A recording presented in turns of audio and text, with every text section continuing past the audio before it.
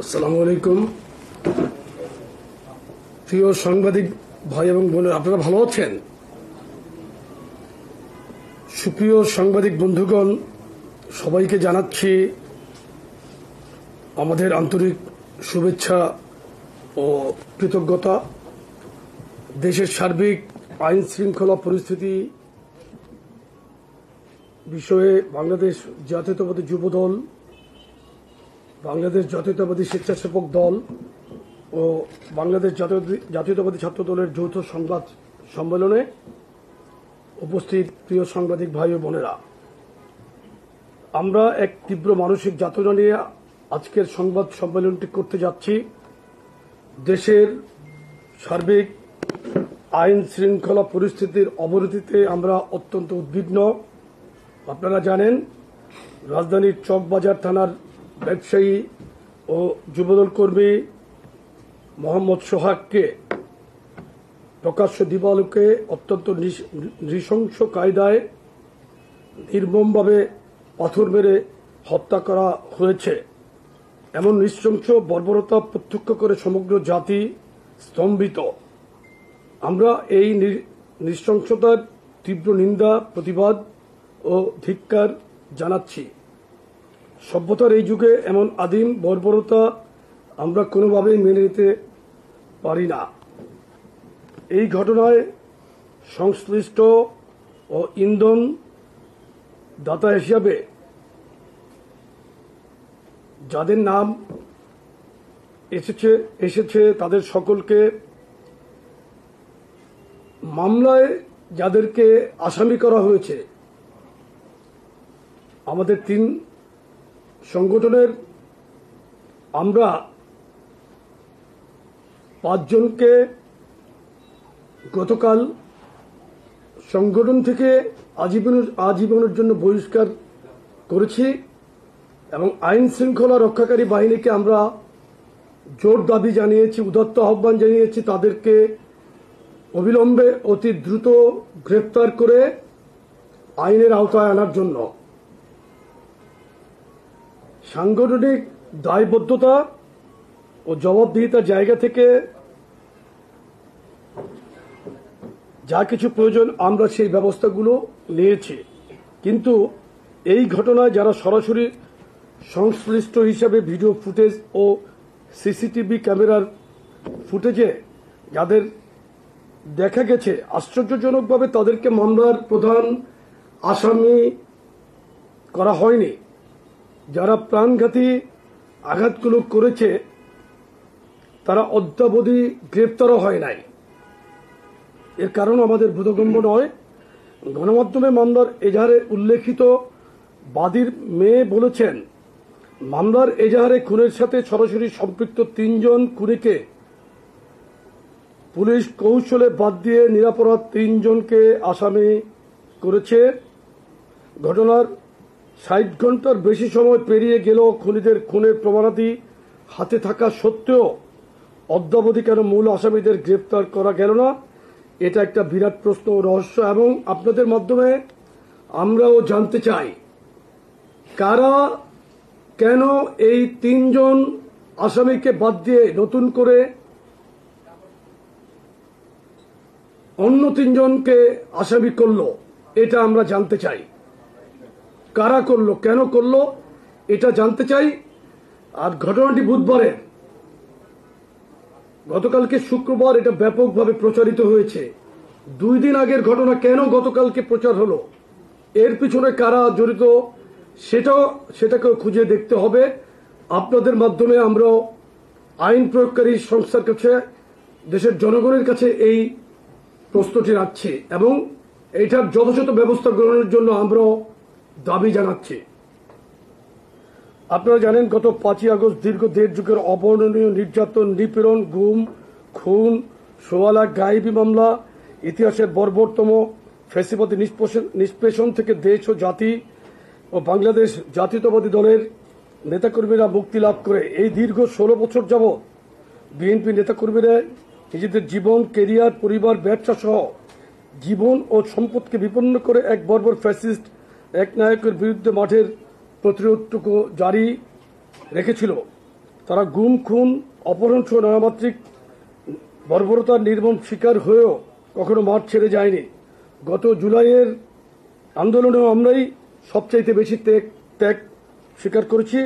সর্বমোট যে শহীদের তালিকা আমরা অদ্যাবধি পেয়েছি তার প্রায় অর্ধেক সংখ্যকই আমাদের দলীয় নেতাকর্মী। কিন্তু গণঅভ্যুত্থানের সফলতার পর আমরা ক্রেডিট নেওয়ার নেশায় মোহগ্রস্ত না হয়ে শহীদের রক্ত নিয়ে ব্যবসা না করে স্বাভাবিক সাংগঠনিক কার্যক্রমে ফিরে গেছি। এই যেমন গত 3 দিন আমরা ফেনীতে যে ভয়াবহ বন্যা, আমাদের 3টি সংগঠনে 3টি উপজেলায় সেই ভয়াবহ বন্যায় কাজ করছি। আমরা সার্বক্ষণিকভাবে মনিটরিং করছিলাম ওখানে কিভাবে কি হচ্ছে। আমরা দেশের কাজে কিন্তু নিজেকে ব্যস্ত রাখার জন্য চেষ্টা করছি। গতকালকে আমি আমাদের এক যুবদলের নেতা নিহত হয়েছে, তার পরিবারের পাশে আমরা গতকালকে সভাপতি সাধারণ সম্পাদক দিয়েছিলাম। আমরা একটা উদাহরণ দিলাম এই কারণে যে আমরা তো রাজনৈতিক প্ল্যাটফর্মের বাইরে সামাজিক কাজ দিয়েই কিন্তু এবং জনগণের পাশে জনগণের সুবিধাটুকু দেওয়ার জন্য কিন্তু আমরা কাজ করছি। আমরা শুধু ক্রেডিট নেওয়ার জন্য আগস্ট অভ্যুত্থানকে নিজেদের পকেটে করায়ত্ত করার জন্য আমরা ব্যস্ত থাকছি না। কিন্তু প্রিয় সাংবাদিক ভাই ও বোনেরা, আপনারা অবগত আছেন গত কয়েক মাসে সারা দেশের যে কোনো জায়গা থেকে যখনই আমাদের নেতাকর্মীর বিরুদ্ধে অভিযোগ উত্থাপিত হয়েছে, আমরা অভিযোগের প্রাথমিক সত্যতা পেলেই চূড়ান্ত ব্যবস্থা গ্রহণ করেছি। গত প্রায় 1 বছরে আমরা আমাদের হাজারো নেতাকর্মীকে বহিষ্কার করেছি। আমরা কোথাও দায় এড়ানোর রাজনীতি করিনি। আমরা কোনো ঘটনা ঘটলে অস্বীকার করিনি, বরং দায় গ্রহণ করে সর্বোচ্চ সাংগঠনিক ব্যবস্থাটুকু নিশ্চিত করেছি। কিন্তু আমরা যে হাজারো নেতাকর্মীর বিরুদ্ধে সাংগঠনিক ব্যবস্থা নিয়েছি, প্রশাসন কি তাদের বিষয়ে যথাযথ আইনি বা প্রশাসনিক ব্যবস্থা নিয়েছে? না নিয়ে থাকলে কেন নেয়নি, এটাও আমরা জানতে চাচ্ছি আপনাদের মাধ্যমে। গত প্রায় 1 বছরে দেশের আইন শৃঙ্খলা পরিস্থিতির আশানুরূপ উন্নতি তো দূরের কথা, সাধারণ মানুষের জীবনের ন্যূনতম নিরাপত্তাও নিশ্চিত হয়নি। আপনারা দেখেছেন গতকাল খুলনা যুবদলের একজন বহিষ্কৃত নেতাকে গুলি করে ও রগ কেটে হত্যা করা হয়েছে। এই হত্যাকাণ্ড নিয়ে সামাজিক যোগাযোগ মাধ্যম বা জাতীয় গণমাধ্যম কোনো প্রতিবাদ লক্ষ্য করা যাচ্ছে না। এমনকি চাঁদপুরে খুতবা দেওয়ার সময় একজন ইমামের উপর নারকীয় কায়দায় প্রাণনাশের উদ্দেশ্যে হামলা করা হয়েছে। আপনারা জানেন রগ কেটে হত্যা করা একটি বিশেষ সংগঠনের দীর্ঘদিনের সহিংস রাজনীতি চর্চার এক অবিচ্ছেদ্য অংশ। গতকালের দুটো ঘটনাই কিন্তু তারা জড়িত ছিল। ইতিপূর্বে কুয়েটের অনাকাঙ্ক্ষিত ঘটনার পেছনেও তাদের প্রত্যক্ষ ইন্ধন ছিল। আপনারা দেখেছেন গত সপ্তাহে কুমিল্লায় মব তৈরি করে একই পরিবারের 3 জনকে নৃশংস কায়দায় হত্যা করা হয়েছে। ইতিপূর্বে ঢাকা বিশ্ববিদ্যালয়ের ফজলুল হক মুসলিম হলে তোফাজ্জল নামীয় এক নিরীহ যুবককে এবং পরবর্তীতে ছাত্রদল নেতা সাম্যকে বর্বর কায়দায় হত্যা করা হয়। ইতিপূর্বে প্রাইম এশিয়া বিশ্ববিদ্যালয়ের ছাত্রদল নেতা পারভেজকে প্রকাশ্য দিবালোকে ছুরিকাঘাত করে হত্যা করে বৈষম্য বিরোধী ছাত্র আন্দোলনের নামধারী স্থানীয় সন্ত্রাসীরা। বর্তমানে প্রশাসনিক ব্যর্থতার কারণে দেশের আইন শৃঙ্খলা পরিস্থিতি বিপর্যস্ত। একটি সুযোগ সন্ধানী বিশেষ গোষ্ঠী রাজনৈতিক উদ্দেশ্য প্রণোদিত সিলেক্টিভ প্রতিবাদ করে বিএনপি এবং তার অঙ্গ সহযোগী সংগঠনের বিরুদ্ধে উস্কানিমূলক কর্মকাণ্ড এবং তীব্র কুরুচিপূর্ণ বক্তব্য বিবৃতি দেওয়া শুরু করেছে। বাংলাদেশ জাতীয়তাবাদী দল বিএনপি ইতিমধ্যে দুষ্কৃতিকারীদের গ্রেপ্তার করে আইনের আওতায় আনতে সরকার ও প্রশাসনকে অসংখ্যবার অনুরোধ জানিয়েছে। কিন্তু সরকার ও প্রশাসন এক্ষেত্রে মারাত্মকভাবে ব্যর্থ হচ্ছে। আমরা মনে করি সরকার পরিকল্পনা মাফিক প্রশাসনকে নিষ্ক্রিয় করে রেখেছে যাতে দেশে অরাজক পরিস্থিতি বিদ্যমান থাকে এবং এই অজুহাতে জাতির দীর্ঘ প্রত্যাশিত জাতীয় নির্বাচন বিলম্বিত করা যায়। একটি বিশেষ গোষ্ঠী যারা নির্বাচনের মাধ্যমে গণতান্ত্রিক পদ্ধতিতে উত্তরণ চায় না, তারা এই সুযোগটি গ্রহণ করে বিএনপি এবং বিএনপির শীর্ষ নেতাদের বিরুদ্ধে সহিংসতার উস্কানি দিচ্ছে। তারা চায় দেশে আরো অরাজক পরিস্থিতির সৃষ্টি হোক। সরকারের একটি অংশ তাদের এই দূরভিসন্ধিমূলক পরিকল্পনার অংশ হয়ে অপরাধ দমনে নিষ্ক্রিয় হয়ে পড়েছে। আইন শৃঙ্খলা পরিস্থিতি উন্নতির জন্য কোনো দৃশ্যমান পদক্ষেপ গ্রহণ করছে না। আমরা বারবার অনুরোধ করার পরও দুষ্কৃতিকারীদের গ্রেফতার করা হয়নি। আপনারা জানেন, আগামী জাতীয় নির্বাচনে সমর্থন সহ নানা বিষয়ে তরুণদের মাঝে পরিচালিত এক জরিপের ফলাফল গত সপ্তাহে প্রকাশিত হয়েছে। এখানে দেখা গেছে, যারা নিজেদেরকে তারুণ্যের একমাত্র স্টেক হোল্ডার হিসেবে দাবি করেন, জরিপে তাদের সেই দাবি বুমেরাং হয়েছে। বরং এদেশের তরুণরা বহু লড়াই ও সংগ্রামের পরীক্ষিত বাংলাদেশপন্থী শক্তি বিএনপিতে তাদের আস্থা ও বিশ্বাস রাখে বলে প্রতিভাত হয়েছে। আগামীতে বিএনপিকেই এদেশের অধিকাংশ তরুণরা ক্ষমতা দেখতে চায় বলে জরিপের ফলাফলে উঠে এসেছে। আমরা মনে করি এরপরই একটি গুপ্ত সংগঠন ও তাদের দিক নির্দেশনায় পরিচালিত একটি আনাড়ি দলের নেতা কর্মীরা উদ্ভ্রান্ত হয়ে পড়েছে এবং নতুন করে নানা ষড়যন্ত্র ও ফন্দি ফিকিরে লিপ্ত হয়েছে। বিদ্যমান পরিস্থিতিতে আমরা মনে করছি সরকার ও আইন শৃঙ্খলা রক্ষাকারী বাহিনীর কঠোর হওয়ার কোনো বিকল্প নেই। আপনারা আইন শৃঙ্খলা পরিস্থিতির উন্নতিকল্পে কার্যকর পদক্ষেপ নিন। এখানে আমাদের যদি কোনো ধরনের সহযোগিতার প্রয়োজন হয়, আমরা তা করতে সর্বদা প্রস্তুত আছি। একই সাথে দেশের জনগণকে অনুরোধ করছি, আপনারা সতর্ক থাকুন। আইন শৃঙ্খলার নাজুক পরিস্থিতির সুযোগ নিয়ে কোনো সুযোগ সন্ধানী রাজনৈতিক দল বা অগণতান্ত্রিক শক্তি যাতে মাথাচাড়া দিয়ে উঠতে না পারে, সেই বিষয়ে অনুগ্রহপূর্বক সতর্ক থাকার জন্য সকলকে আহ্বান জানাচ্ছি। এক সময় আরব বসন্ত শুরু হয়েছিল তিউনিসিয়ায়, কিন্তু বেন আলীর পতন হলেও সেখানে 15 বছরেও প্রত্যাশিত শান্তি ও স্থিতিশীলতা আসেনি। আমাদের এখানেও যারা ধারাবাহিকভাবে অশান্তি ও বিশৃঙ্খলা জারি রেখে নিজেদের এজেন্ডা বাস্তবায়ন করতে চায়, তাদের অসৎ উদ্দেশ্যের বিষয়ে আমরা সকলকে সতর্ক থাকার জন্য আহ্বান জানাচ্ছি। ধন্যবাদ সকলকে। বাংলাদেশ জিন্দাবাদ। সকলকে ধন্যবাদ। বাংলাদেশ জাতীয়তাবাদী দল, যুবদল, ছাত্রদল, স্বেচ্ছাসেবক দল জিন্দাবাদ।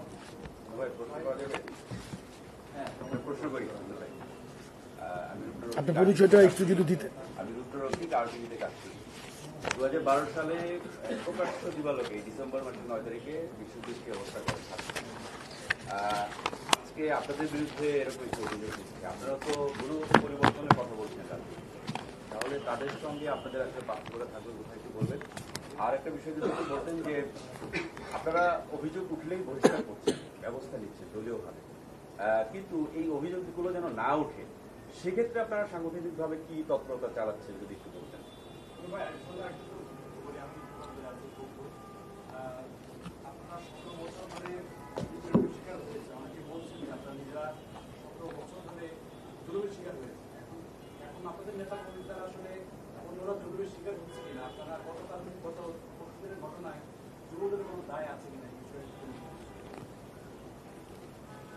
দেখুন, বিশ্বজিতের ঘটনার সাথে এই ঘটনার কোনো সাদৃশ্য আছে বলে আমি মনে করছি না।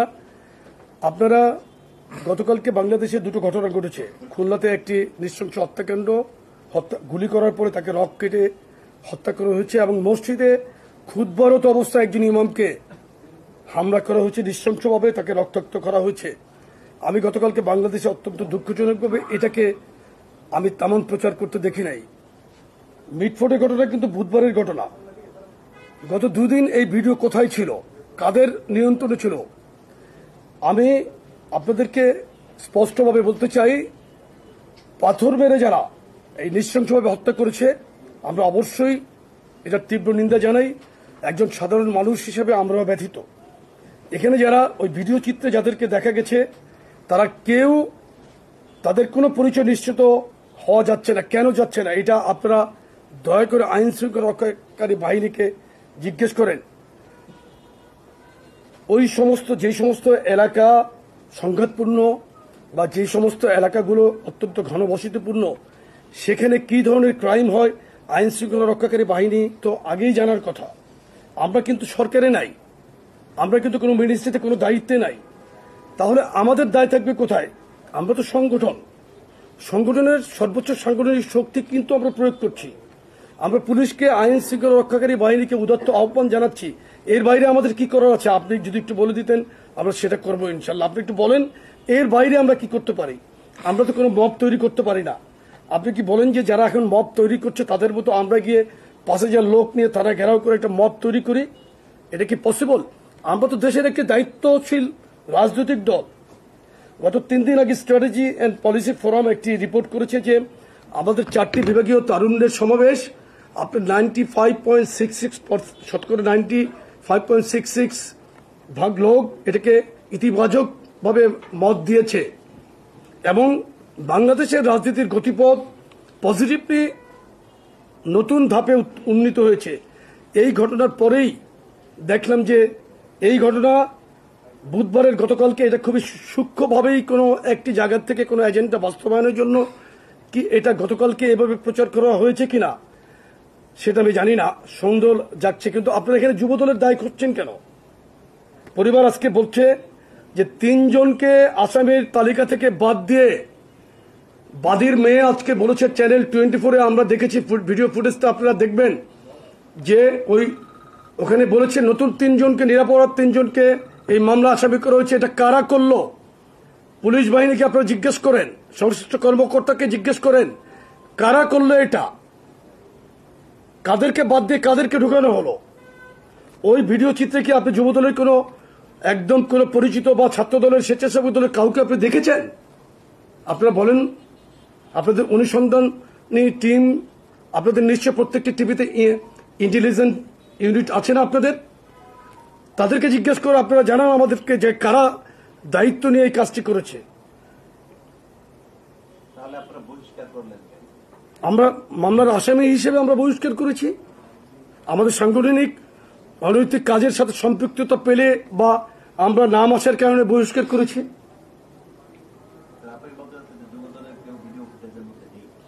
আমি আপনাকে বলেছি যে কারা আছে আপনারা এটা জানার চেষ্টা করেন।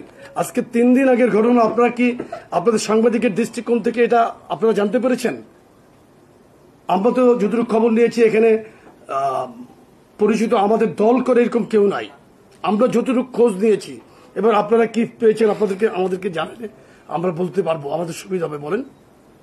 আমরা একটা বিষয় দেখেছি যে সামাজিক যোগাযোগ মাধ্যম কিংবা মিডিয়াতে কোনো ঘটনা প্রচার হলে সেক্ষেত্রে আপনারা ব্যবস্থা নেন, প্রচার ছাড়া ব্যবস্থা নিয়েছেন, এরকম দু একটা ঘটনা আছে। প্রচার ছাড়া আপনি কি জানতে পারবেন? কোনো ঘটনা না ঘটলে আপনাকে কেউ সোর্স যদি না দেয় আপনি কোনো নিউজ করতে পারবেন?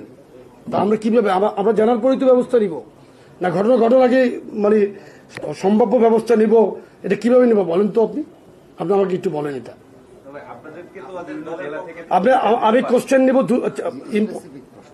স্পেসিফিক। আপনারটা শেষ হচ্ছে, বলেন একটু প্লিজ আমি ওনারটা উত্তর দিই। আপনি বলেন তো, ঘটনা ঘটার পর ব্যবস্থা না নিয়ে কি ঘটনা ঘটার আগে নিব? আপনাদের দলের পক্ষ থেকে কি কোনো অভিযোগ পাওয়া যায়নি এরকম ব্যবস্থা নিয়েছেন? এমন দু একটা ঘটনা আছে থাকলে কোনটা? মানে মিডিয়া কিংবা সামাজিক যোগাযোগ মাধ্যম ছাড়া আপনাদের দলের পক্ষ থেকে অভিযোগ দেওয়া হয়েছে যে এখানে চাঁদাবাজি হচ্ছে, ওখানে চাঁদাবাজি, ওখানে অর্থ হচ্ছে, এরকম মানে কোনো ব্যবস্থা নিয়েছেন কিনা? এরকম দু একটা ঘটনা আছে মানে আপনি আমাকে স্পেসিফিক বলেন। আচ্ছা বলেন। যমুনা টিভি।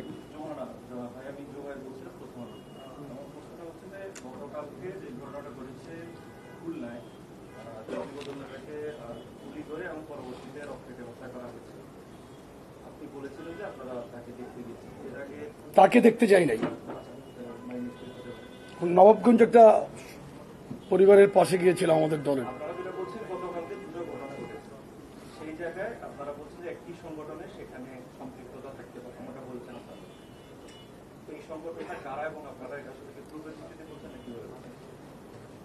দেখেন, আমরা যে সংগঠনের কথা বলছি আপনারাও জানেন, রক কাটার প্র্যাকটিস এই বাংলাদেশে কাদের আছে সেটা আপনারা ভালো করেই জানেন। এবং আপনি দেখেন যারা আজকে এই মিটফোর্ডের ঘটনা নিয়ে উস্কানিমূলক বক্তব্য দিচ্ছে, অত্যন্ত ঔদ্ধত্যের সাথে যারা কথা বলছে, আমি তীব্র নিন্দা জানাই। যারা আমাদের শীর্ষ নেতার সম্পর্কে বাজে কথা বলছে আমি প্রতিবাদ জানাই। আপনি দেখেন গতকালকে আহনাব জামান নামে একজন এনসিপির খুব সম্ভবত এনসিপির ওয়ার্কার, তার ফেসবুক প্রোফাইলে হাসনাত আব্দুল্লাহর সাথে তার ছবি আছে, সে আমাদের ইশাককে মেরে কুকুর দিয়ে খাওয়াবে বলেছে। এটা কি একটা রাজনৈতিক কালচার? এটা কি সভ্যতা? এটা কি ভব্যতা? আপনারা বলেন তো দেখি, আমরা 5ই আগস্টের পরে আমাদের এই দায়িত্বশীল নেতৃবৃন্দর এমন কোনো আচরণে আপনারা কষ্ট পেয়েছেন কিংবা আপনারা আমাদেরকে স্পেসিফিকলি বলেন যে মুন্না ভাই আপনি এই কাজটা করেছেন, আপনি এটা জবাব দেন। আপনি আমাকে এভাবে কোশ্চেন করেন, আমি উত্তর দিতে প্রস্তুত।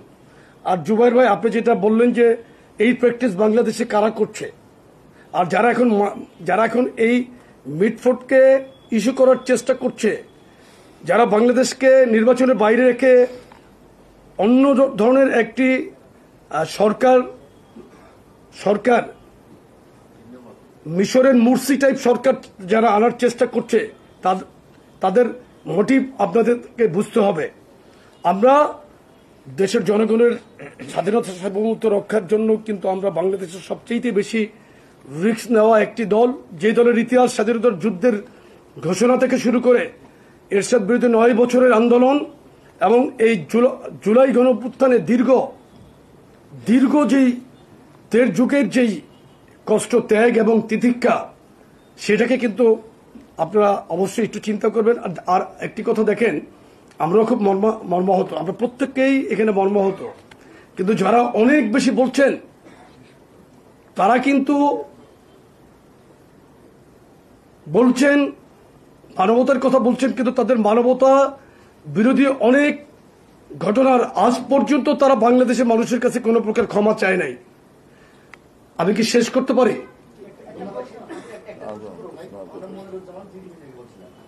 আপনারা বলছেন যে শীর্ষ নেতৃত্ব নিয়ে অভিযোগ নাই, এটা সাধারণ মানুষের বিশ্বাস করে, আমরা বিশ্বাস করি। বিএনপি শীর্ষ নেতৃত্ব থেকে শুরু করে বঙ্গ সংগঠনের শীর্ষ নেতৃত্বের বিরুদ্ধে এই ধরনের অভিযোগ না থাকলে গত 1 বছরে প্রায় 5,000 নেতাকর্মীকে আপনারা বহিষ্কার করেছেন, এটি স্বাভাবিক ঘটনা কিনা? আমি শেষ করে নি ভাই, এইসব তৃণমূলের যে নেতাকর্মী আপনাদের যে কমান্ড মানছে না, আপনারা বারবার হুঁশিয়ারি দিচ্ছেন, বহিষ্কার করছেন, তারপরেও তারা আপনাদের কমান্ড মানছে না, নেতৃত্বের কোনো দুর্বলতা আছে কিনা? দ্বিতীয় প্রশ্ন হচ্ছে, রাজনীতিতে নানা ধরনের কি কৌশল থাকবে, এই মুহূর্তে বিএনপির বিরুদ্ধে এই ধরনের কৌশল হবে, কারণ বিএনপি সবচেয়ে জনপ্রিয় এবং বৃহৎ দল এই মুহূর্তে। আপনারা এটি মোকাবেলা করার জন্য কি ধরনের প্রস্তুতি রেখেছেন? সেটা সামাজিক যোগাযোগ মাধ্যম হোক কিংবা অন্য কোনো মাধ্যমেই হোক, এই যে নানা ধরনের অপকর্মের দায় আপনাদের উপর দেওয়া হচ্ছে কিংবা কিছু ক্ষেত্রে অপকর্ম হচ্ছে, এগুলো কিন্তু আপনারা ব্যবস্থা নিচ্ছেন, কিন্তু এই কৌশল মোকাবেলা আপনারা কি ধরনের পরিকল্পনা দিয়েছেন? আর কি কোনো কোশ্চেন থাকলে একটু বলেন, আমাদের একটি জরুরি একটা মিটিং এর মধ্যে আমরা যাব, বা শেষ একটা কোশ্চেন সম্মিলিতভাবে করেন, আমি উত্তর দিই। আপনি বলছেন একটু আগে, আমরা খোঁজ দিয়ে জানতে পেরেছি আমাদের দল করে এমন তো এখানে জড়িত না, অর্থাৎ মিরপুরের সামনে হত্যাকাণ্ডের সাথে কোথাও আমি বলছি ভিডিও চিত্রে প্রদর্শিত, ওখানে এখন পর্যন্ত তাদেরকে কেউ শনাক্ত করতে পারছে না তারা কারা। আমরা জানতে পেরেছি আমাদের নিজস্ব সোর্সে আমরা এখনো পর্যন্ত এদেরকে চিহ্নিত করতে আমরা পারি না। আমরা বলেছি যে আপনারা পেরেছেন কিনা। আপনার কোশ্চেনটা করেন তো, আপনি কি করতেছিলেন? আমি এটাই আরেকটু শুনে বলতে চাইছিলাম যে আসলে আপনারা যদি খোঁজ দিয়ে জানতেই পারেন যে এখানে আপনাদের দল অর্থাৎ যুব দলের কেউ জড়িত না। আপনি কিন্তু একটু মিস ইন্টারপ্রেট করছেন। আমরা বলেছি ভিডিও চিত্রে যে নৃশংস ঘটনাটা যারা ঘটিয়েছে তাদের পরিচয় আমরা এখনো নিশ্চিত হতে পারি নাই। বাংলাদেশের সর্বোচ্চ ডিটেকটিভ বা গোয়েন্দারা এখনো নিশ্চিত হতে পেরেছে কিনা আমি জানি না। পত্রপত্রিকা তাদের ব্যাপারে আসে না, শুধু একটা পত্রিকা, কোনো একটা পত্রিকায় বোধহয় স্থানীয় সূত্র জানিয়েছে যে এরা কেরানীগঞ্জে বসবাস করে। আপনি জানেন কেরানীগঞ্জের ওই এলাকায় নিম্ন বিত্ত মানুষের অনেক বসবাস, অনেক টাইপের ক্রিমিনালরা ঢাকাতে ক্রাইম করে গিয়ে ওই সমস্ত এলাকায় অবস্থান করে। তো পুলিশে ভালো, আইন প্রয়োগকারী সংস্থায় ভালো বলতে পারবে। আপনার উত্তরটা একটু দিচ্ছি আমি। দেখেন, সরকারের দায়িত্ব কি? আমরা রাজনৈতিক দল, আমাদের কাছে সংগঠন আছে, সংগঠনের সাংগঠনিক শক্তি আমরা অধিকার আমরা প্রয়োগ করতে পারি। সরকারের দায়িত্ব কি? যে সমস্ত জায়গাগুলোতে আপনার অস্থিরতা তৈরি হতে পারে, যে সমস্ত লাভজনক জায়গাগুলোতে বিভিন্ন সময় আগের সরকারের নিয়ন্ত্রণে ছিল, এই সমস্ত জায়গাগুলোকে সরকারের উচিত ছিল র্যাকি করে তাদের নিয়ন্ত্রণে সেগুলো নিয়ে নেওয়া। সরকার যদি আজকে তৎপরতা দৃশ্যমান থাকতো, কঠিনতম পরিস্থিতি তারা আইন প্রয়োগের ক্ষেত্রে রাখত, নিশ্চয়ই এই ধরনের ঘটনা ঘটার ক্ষেত্রে মানুষ দ্বিতীয়বার চিন্তা করত। তো এটা তো তাদের কাছে কোশ্চেন করবে না। আমরা যে বহিষ্কার করছি, কারণ আমরা একটা পদ্ধতিকে বিশ্বাস করি, ঘটনাকে অস্বীকার করছি না। আওয়ামী লীগ যে কোনো ঘটনা ঘটলেই কিন্তু অস্বীকার করতো, আমরা কিন্তু করছি না। যেই কারণে আপনি বলেছেন কত 5,000-এর অধিক আমাদের দল থেকে বহিষ্কার করা হয়েছে, যেটা কিছুদিন আগে আমাদের সম্মানিত সিনিয়র যুগ্ম মহাসচিব জন রিজভী ভাই বলেছেন। তার মানে কি আমরা স্বীকার করছি, আমরা দায়িত্ব নিচ্ছি, আমাদের জায়গা থেকে কিন্তু আমরা দায়িত্ব নিচ্ছি। আমরা আমাদের সর্বোচ্চ যেটা সক্ষমতা বা ক্ষমতা প্রয়োগের সাংগঠনিক সেটা আমরা করব ইনশাল্লাহ। বাংলাদেশের জনগণের পাশে থাকার জন্য আমরা রাজনীতি করছি এবং ভারপ্রাপ্ত চেয়ারম্যান জনাব তারেক রহমান উনি খুবই জিরো টলারেন্স, কিন্তু অন্যায়কারীকে কোনো ছাড় দেওয়ার ক্ষেত্রে উনি জিরো টলারেন্স দেখাচ্ছে। দেখেন, আমি প্রত্যেকদিন সকালে ঘুম থেকে উঠে আগে আমার ফেসবুকটা চেক করি যে চেয়ারম্যান মহোদয়ের কোন ইনস্ট্রাকশন থাকে কিনা, কোনো নিউজ আমাদেরকে পাঠাই। উনি কিন্তু আমাদেরকে অনেক সময় অনেক নিউজ পাঠান, এগুলো আমরা সাথে সাথে দেখি, তদন্ত টিম করে আমরা খোঁজ নেই। আমরা পুলিশের আমরা কোনো এলাকায় কোনো ঘটনা ঘটলে সংশ্লিষ্ট জেলার এসপির সাথে কথা বলি, ওসিদের সাথে পর্যন্ত কথা বলি। এর বাইরে আমাদের কি করার আছে আপনারা বলেন। ধন্যবাদ সকলকে।